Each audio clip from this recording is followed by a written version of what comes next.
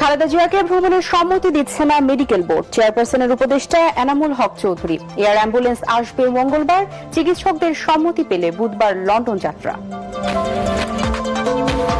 আগামী নির্বাচন খুব বড় পরীক্ষা। রংপুরে পররাষ্ট্র উপদেষ্টা সীমিত সময়ে রাষ্ট্র সংস্কারে অনেক নীতি পরিবর্তন করেছে সরকার, রেজওয়ানা হাসান।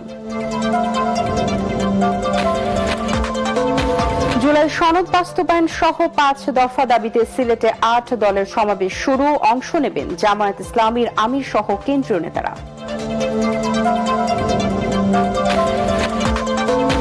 ঢাকা 2 আসনে প্রার্থীদের জমজমাট প্রচারণা। ব্যানার ফেস্টুনে ছেয়ে গেছে কেরানীগঞ্জের রাস্তাঘাট। চলছে কর্মী সমর্থকদের শোডাউন, গণমিছিল। ঢাকা 7 আসনে বিএনপির প্রার্থী নিয়ে কর্মী সমর্থকদের মিশ্র প্রতিক্রিয়া। সামাজিক কাজ নিয়ে পুরানো ঢাকার মানুষের মন জয়ের চেষ্টা জামায়াতের।